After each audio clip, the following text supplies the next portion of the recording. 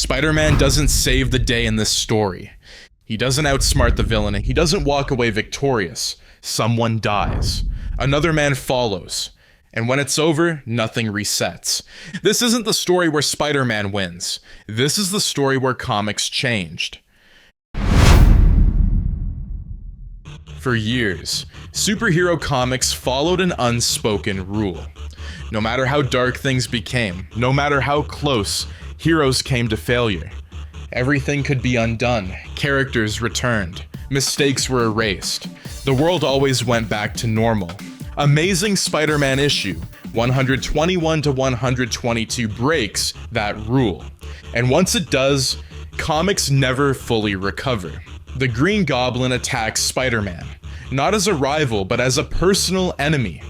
The conflict escalates. The stakes become intimate, and then Gwen Stacy dies. Not symbolically, not temporarily. She's gone.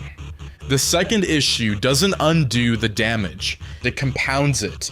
In the chaos that follows, Norman Osborn dies. Not as a master plan, not as a grand sacrifice, but because of his own violence. 2 deaths, 1 story, no victory. Most conversations stop at Gwen Stacy, but that misses the deeper rupture. The true shock of this story isn't who dies, it's that death finally means something. The Green Goblin's death is permanent, avoidable, deeply unheroic. There's no triumph here, no lesson learned in time, and just consequence.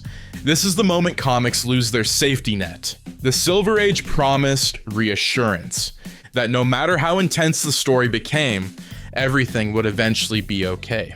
Amazing Spider-Man issue 121 to 122 rejects that promise. It says, being a hero doesn't protect you from loss, and doing the right thing doesn't guarantee the right outcome.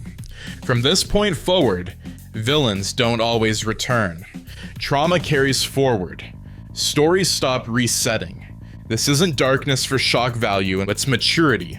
Peter Parker survives this story, but he doesn't win it. He's left with guilt, with anger, with the knowledge that being Spider-Man didn't save anyone he loved.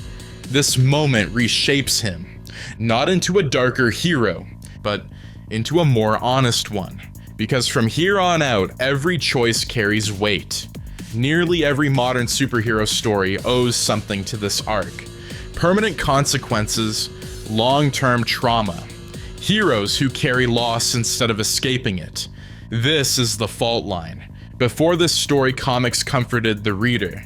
After it, they challenged them. Amazing Spider-Man issue 121 to 122 didn't just change Spider-Man, it changed what superhero stories were allowed to be.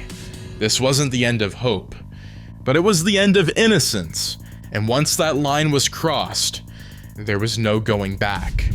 In the first episode, Spider-Man proved why he keeps going. In this one, we learn what it costs him, because endurance is only half the story.